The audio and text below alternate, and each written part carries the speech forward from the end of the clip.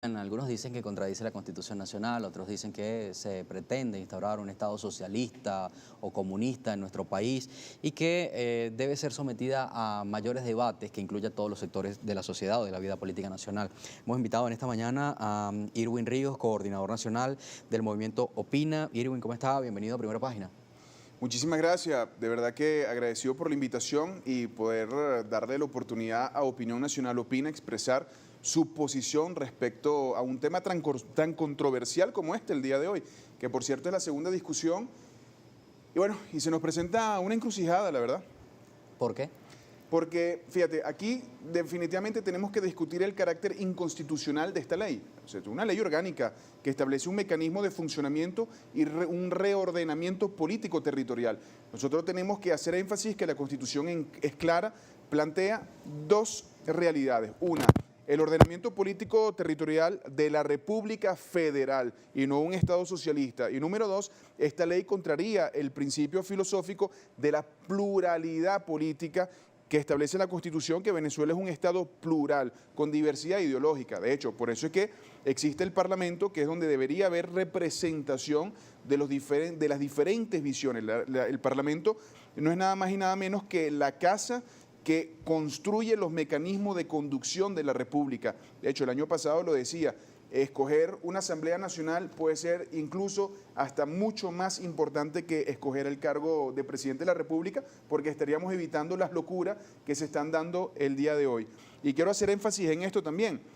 Las únicas dos veces que en Venezuela se pretendió o se pretende en este momento construir un Estado con una visión socialista que regule la República, simplemente se dio en dos oportunidades. En el año 2007, haber llevado a la República un proceso de abstención política que le abonó el terreno al gobierno para dar este tipo de discusiones políticas y el día de hoy. Con esto lo que le quiero decir, ciudadanos, es que por muy difícil que sean los escenarios democráticos y electorales, esos espacios no se pueden abandonar. Fíjate la locura en la que estamos sumergidos el día de hoy. Se habla de una locura, pero ¿por qué? ¿Cuáles son los principales aspectos que contiene esta ley que la hacen parecer un disparate y además contradictoria a la Constitución? Volvemos otra vez al primer punto. Venezuela es una república federal en su marco normativo. Eso establece un mecanismo no solamente de funcionamiento, sino también un mecanismo para generar los recursos que tienen que ser administrados a través de una forma de gobierno, que es la representativa. Cualquier forma de gobierno distinta a esa es simplemente letra muerta, contraría la visión desde la cual Venezuela se funda como primera república, república federal. Y número dos, volvemos otra vez al sistema monoideológico que se pretende instaurar en la República. ¿Qué te quiero decir con esto? Es que esta ley no contempla la diversidad de criterios. Esto quiere decir que si tú eres un liberal, no tienes cabida dentro de lo que es la estructura comunal. Además de eso, tiene su propio mecanismo de regulación, tiene su propio mecanismo de elección que no contemplan el sufragio universal y además de eso no se sabe de dónde van a sacar los recursos. Te dicen toda una serie de mecanismos y aparte no te aparece la cifra. Entonces estamos volviendo nuevamente a un mecanismo y a diseñar algo que es un traje a la medida de quienes ostentan el poder para poder seguirlo haciendo y manejar la República a su antojo. Desde su opinión, ¿hacia dónde va? ¿Por qué hace el chavismo este planteamiento? ¿Qué intentan? Mira, una de las cosas que nosotros tenemos que recordar, y hay que ser siempre franco, y esa es la gran responsabilidad y el gran reto que tenemos estas generaciones de relevo. Mira, nosotros tenemos que recordar que todos los presidentes de la República en todos los países del mundo buscan la manera de tener mayoría en el Parlamento para poder implementar un proyecto político. Ahora, ¿dónde van ellos? Van hacia la construcción del Estado socialista. Tienes que recordar algo. Los comunistas o todo aquel individuo que cree en el planteamiento marxista nos ve a nosotros desde un punto de vista de confrontación política. Nosotros nos tienen que borrar del mapa ideológico para poder construir su obra. A eso nos estamos enfrentando. Piedras en el zapato. ¿Perdón? Piedras en el zapato. No piedra en el zapato como tal, sino que no les gusta el debate, porque al final del cuento ya nosotros conocemos el ejercicio administrativo de la República en los últimos 22 años. Conocemos cuál es la fotografía actual el día de hoy. No te tengo que contar lo que está pasando en el país. Ahora, lo que sí tenemos que hacer es empezar a hacer las cosas distintas. Ahora, ¿por qué nosotros estamos en esta encrucijada? Porque la oposición en este país, o quien se hace llamar oposición, nunca le ha presentado un plan de gobierno, un plan administrativo para hacer posible esas promesas electorales y transparencia a la hora de ejecutar los recursos. Entonces, eso significa que lo que ellos plantean como el nuevo modelo de estructura y de funcionamiento del Estado pudiese generar algunos cambios. Claro, cuando tú ves la gestión de los gobiernos locales dentro de la República, te vas dando cuenta de que no existe una respuesta como tal. Ahora, lo que te quiero decir con esto es que el problema somos nosotros los venezolanos, que definitivamente no empezamos a buscar alternativas basadas en programas claros, sino que nos seguimos yendo por el lado emocional y hace falta más que emociones para cambiar una república y para poder tener políticos serios en el ejercicio de la misma. Ahora, la ley está encaminada y el chavismo tiene mayoría en el Parlamento. Es prácticamente inevitable que vaya a aprobarse esta ley. ¿Qué se debe hacer entonces ante este inminente desarrollo? Mira, primero que nada, tenemos que informarle a la población que la única forma de que en Venezuela se implemente un nuevo modelo político o que se implemente una ley que va a generar cambios absolutos en la República es a través de una consulta popular. Ahora, ¿qué es lo que sí tenemos que hacer nosotros y todos los sectores políticos del país? Ponernos de acuerdo, no torpedearnos y como de repente en este caso no son los convencionales que vienen teniendo el rol protagónico dentro de este proceso político, sumarse a la discusión y convocar a procesos electorales y movilizar la sociedad. Lo que te quiero decir con esto es que a nosotros nos han caído a embuste durante mucho tiempo y nos han hecho creer que la República va a cambiar si algunos factores políticos buscan unos atajos y no es así. El voto es la única herramienta y el único mecanismo de cambios dentro de la sociedad. Yo creo que es la oportunidad para algunos sectores de dirimir su responsabilidad o hacer un trabajo de mea culpa y definitivamente decir, le entregaron el control político de la República a una sola visión dentro del Parlamento. Y eso ha sido un gran error y eso nos está costando muy caro. Y eso se ha hecho en dos oportunidades, en el 2005 y en el 2020. ¿Y qué daño nos está causando como sociedad hoy por hoy? ¿Es complaciente la posición actual en el Parlamento? Me lo responde al regreso de la pausa. Conversamos con Irwin Ríos, coordinador nacional de Opina. 6:59 minutos de la mañana. Regresamos. Oposición o las oposiciones, como lo llamaba el presidente Maduro en algunos discursos, y se refiere a estos sectores políticos un poco menos radicales en el concepto de la política actual venezolana, que ahora tienen una representación en el Parlamento. Irwin Ríos nos acompaña en esta parte del programa, él es coordinador nacional de Opina, y le preguntaba sobre este grupo de la oposición que ahora hace vida y convive dentro del Parlamento venezolano. Y le preguntaba si considera que es complaciente, si colabora con el gobierno como son señalados, por ejemplo, en este tipo de discusiones que son del interés nacional, pero parece que se engavetan o se esconden de la opinión pública para ser aprobadas por debajo de la mesa. ¿Es así? Mira, fíjate lo siguiente, yo creo que hoy día nadie puede poner en duda la calidad de opositor que puede tener nuestra representación en el Parlamento. Eso no tiene sentido y no está en discusión. Ahora, habría que también llamar a un proceso de reflexión a cada uno de nuestros ciudadanos. Si cada vez que el país pasa por una crisis se debe a generar las condiciones para que el gobierno tenga excusa y, como decimos en el argot popular, a escurrir el bulto, ¿eso qué significa? Significa que los colaboracionistas son otros. Ahora, aquí existe una realidad, existe una manera de cambiar la República a través de las ideas, a través de la construcción del debate político, y otros que quieren cambiar la República a trocha y mocha. Ahora, ¿qué sucede? Tenemos que recordar que en el año 98 el grupo político que hoy por hoy está en el gobierno trataron de cambiar la República a trocha y mocha, y en el ejercicio de su gobierno otros también lo hicieron. ¿Cuál tuvo resultado positivo? Ninguno, pero cuando fueron al juego democrático ganaron espacio. El expresidente Hugo Chávez fue presidente de la República, otros fueron gobernadores, alcaldes, se tuvo mayoría en el Parlamento. Entonces aquí eso no entra en discusión. Lo que pudiese entrar en discusión es que ambos polos radicales se señalan de lo mismo y administran las cosas de maneras muy similares. Ahora, la pregunta es, de estos que nos señalan a nosotros de colaboracionistas, ¿quién rinde cuenta sobre Monómeros y Citgo? ¿Quién rinde cuenta sobre su salario? ¿Quién rinde cuenta sobre sus acciones políticas? ¿Quién rinde cuenta sobre el abandono de los espacios políticos que hoy por hoy nos pone nuevamente en una situación donde una visión trata de tener plena hegemonía dentro de la administración del gobierno. Entonces la gran pregunta es, ¿quién atornilla a quién?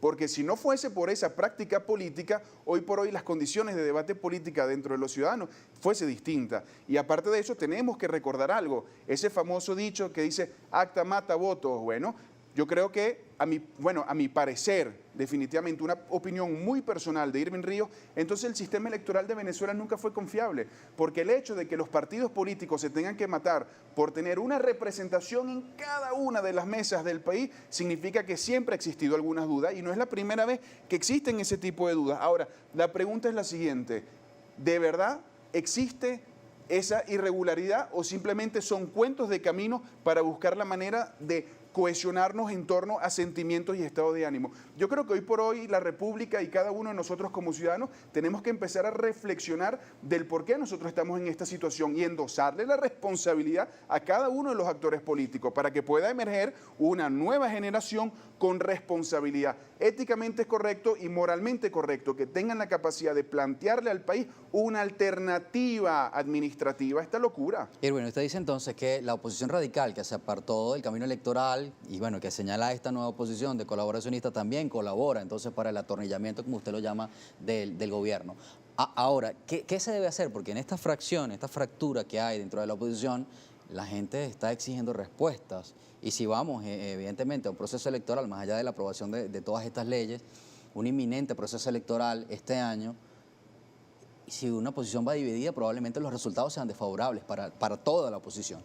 Pero es que estoy totalmente de acuerdo contigo. Por eso es que nosotros tenemos que analizar muchas veces cuál es la unidad de criterio, cuál es la unidad de la oposición en Venezuela. Porque fíjate lo siguiente, si has tenido 20 años en la formulación de propuesta y ninguna de tus propuestas y ni ninguna de tus acciones dio el resultado necesario y en la única vez que obtuviste o materializaste un resultado positivo, lo dilapidaste, entonces eso significa que ya tuviste tu momento. Entonces tiene que empezar a venir una nueva forma. ¿Y cuál es el punto de encuentro de esas oposiciones a las que nos referimos? Yo te voy a decir una cosa. Para alcanzar esa conciliación que pueda permitir la unidad, ¿no? Mira, el primer punto de encuentro definitivamente es que nosotros adversamos lo que es el gobierno, de eso no cabe duda. Ahora, el otro punto de encuentro, yo creo que definitivamente lo tienen que establecer los ciudadanos, donde tienen que empezar a exigirle a cada una de las organizaciones políticas, oye, que pongan a sus mejores hombres y a sus mejores mujeres,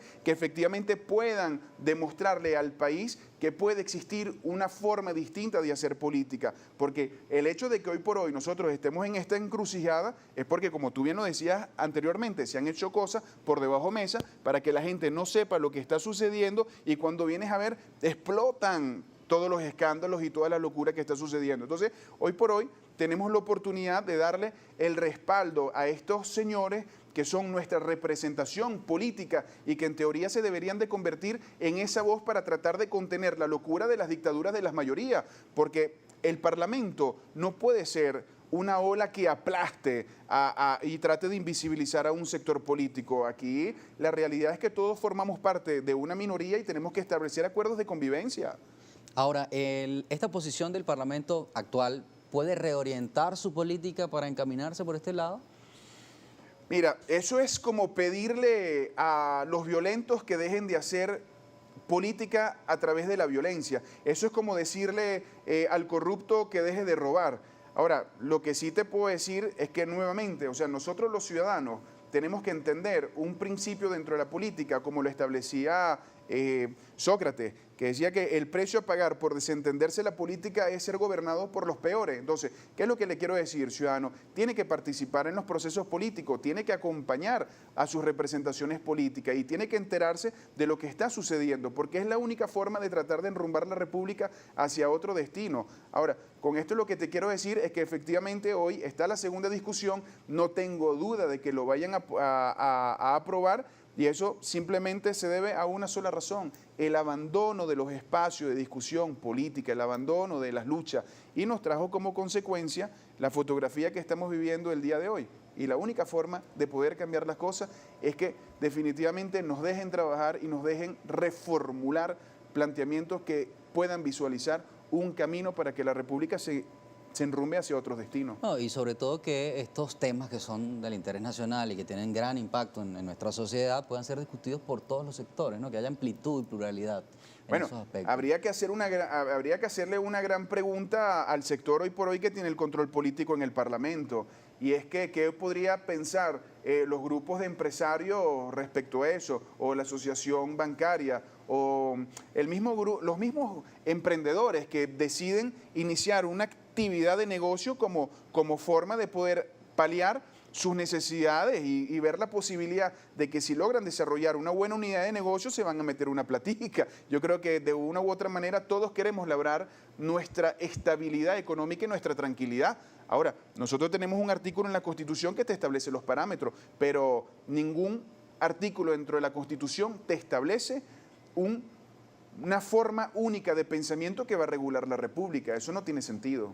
Irwin, hay algunos comentarios y preguntas de nuestra audiencia a través de Twitter. Voy a comenzar con alguna lectura de ellos para que podamos avanzar. Pediría respuestas relativamente cortas, esto nos permitirá fluir más rápidamente. ¿Qué pueden hacer realmente los factores opositores para intentar parar la aprobación de esta ley si no tienen poder real dentro de la Asamblea Nacional? Pregunta Edwin Quintana.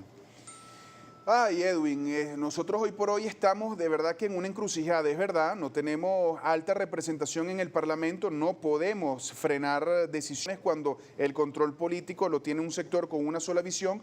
Lo que nos va a quedar en este momento es, sean los mecanismos que se planteen, participar. Nosotros no podemos seguir permitiendo que una sola visión política se adueñe de la República. Es nuestro deber participar, tienen que ser luchas pacíficas y definitivamente buscar las condiciones para que el día de mañana podamos tener definitivamente proyectos como contraparte a las locuras que se están planteando el día de hoy. Otro comentario, Papá España dice, amén, que este reordenamiento político territorial es costoso e innecesario. Y pregunta, ¿cómo atacar efectivamente la pretensión del régimen socialista?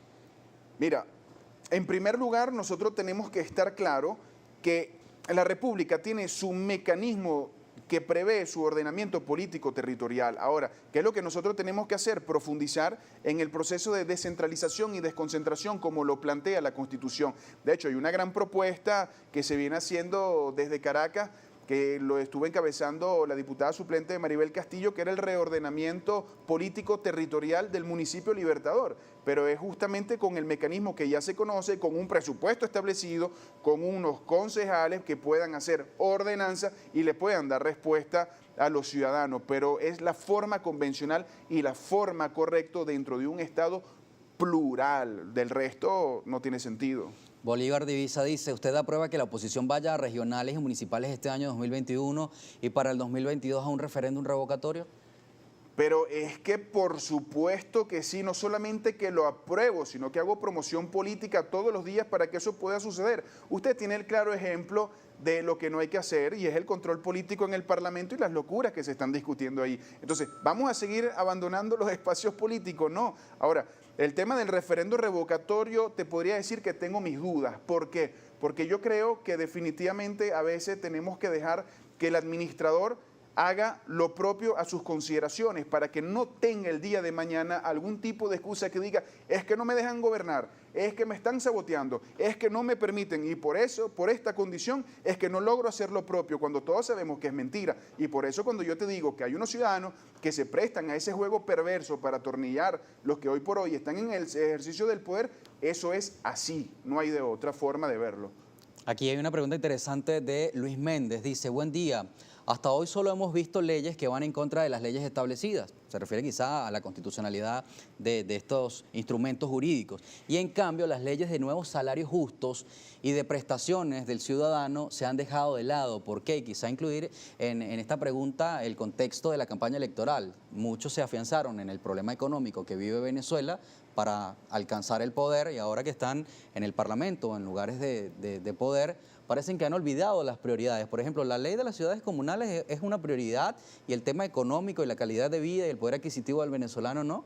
Claro, pero volvemos otra vez al punto. Eso obedece a las ideas, funcionamiento y objetivo de los que tienen el control político de la República. Mira, usted tiene que entender lo siguiente. Para los que profesan la doctrina comunista, el hecho de que usted genere su rentabilidad económica y se convierta en un ciudadano autónomo financieramente que le otorgaría plenas libertades, no es lo propio. ¿Qué es lo que quieren tener ellos? Quieren tener el control suyo a través de una bolsa de comida y el día que usted no esté de acuerdo con ellos, simplemente lo amenazan con quitársela. Ya hemos visto el caso de algunos ciudadanos que después que le adjudican una vivienda, cuando demuestran su inconformidad con el gobierno, lo sacan a patada de esas cosas. Entonces, lo que le quiero decir es que nosotros estamos hablando estamos discutiendo dos puntos de vista. Un punto de vista que te pudiese generar las condiciones de ciudadano libre, hombre y mujer libre, porque tienes la autonomía financiera para ello y no dependes del político, y lo otro es generar las condiciones de dependencia de ellos en ese sistema clientelista que tiene más de 20 años, que tiene larga data, que ha traído como resultado esto. Entonces, es hora de que nos asociamos con fines políticos y empecemos a construir un modelo que te garantice tus libertades económicas como primer mecanismo para que seas un ciudadano libre. Y hay que construir una alternativa. Irwin, termina el tiempo de la entrevista, agradecemos que haya venido la audición. Voy a despedirme con este comentario también de Rodrigo Flores y le doy tiempo para que pueda quizás hacer un comentario y despedirse. Buenos días, dice Rodrigo Flores, todos los políticos jamás y nunca han dejado que el pueblo tomemos las riendas del destino de nuestra patria por el simple hecho que exista una Contraloría Social en todos los ámbitos que no les conviene y menos a la oposición. Gracias. ¿Qué reflexión puede hacer? Yo le contestaría de la siguiente manera. Mira, fíjese una cosa. En 22 años de ejercicio de democracia protagónica y participativa, en teoría, solamente lo han consultado una sola vez acerca del destino que tiene que tomar la República, que fue en el 2007, 2 de diciembre, cuando fue rechazado el proyecto del Estado socialista. Y después de ahí, ¿cuántas veces le volvieron a consultar acerca del funcionamiento o el rumbo que tiene que tomar la República? Entonces, lo que le quiero decir, señor, es que el tema de la participación, la Contraloría Social es embuste, y nosotros lo sabemos, porque cuando usted va a solicitar información en las instituciones acerca de su funcionamiento, no se lo dan, pese a que esté previsto en el artículo 28 de la Constitución. Entonces, yo creo nuevamente que tenemos que empezar a ver la República de manera distinta y entender que esto no es ponerse una franela del Caracas o del Magallanes, esto es muy complejo, porque todas las decisiones que tomen los que estén en el ejercicio del poder nos van a afectar la vida y a las generaciones de relevo. Por eso es que las decisiones tienen que ser con responsabilidad. Gracias por venir, Edwin. Termina la entrevista con Irwin Ríos, coordinador nacional del movimiento Opina. 7:17 minutos de la mañana. Cuando regresemos, más opiniones.